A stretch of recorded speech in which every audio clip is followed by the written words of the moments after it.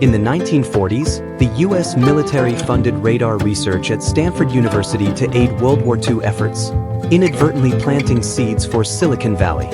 This is the untold story of Silicon Valley. After Pearl Harbor, the military was desperate for radar technology.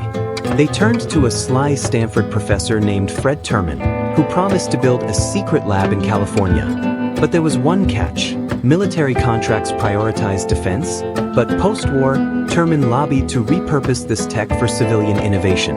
He recruited engineers like Bill Hewlett and David Packard, students who'd later found HP in a tiny garage, and encouraged them to adapt military-funded breakthroughs like radar components for consumer electronics. By 1945, these rebels were using military-funded breakthroughs in radio and microchips to build private companies.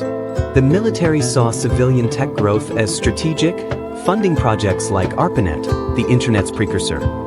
He argued that California's tech boom would make America unstoppable in the Cold War. Reluctantly, the Navy backed down. By the 1950s, government contracts and academic research fueled companies like Fairchild Semiconductor, whose silicon chips defined the region. But the real explosion came in 1971, when a journalist mockingly called the region Silicon Valley in a newspaper article. The name stuck, and by the 1980s, companies like Apple leveraged microchip advances to launch the personal computing revolution. Today, Silicon Valley's roots are buried under luxury campuses and self-driving cars. But dig deeper, and you'll find a truth few admit.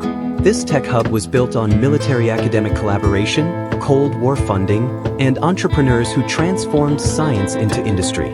Want to hear more forbidden stories? Subscribe and hit the bell.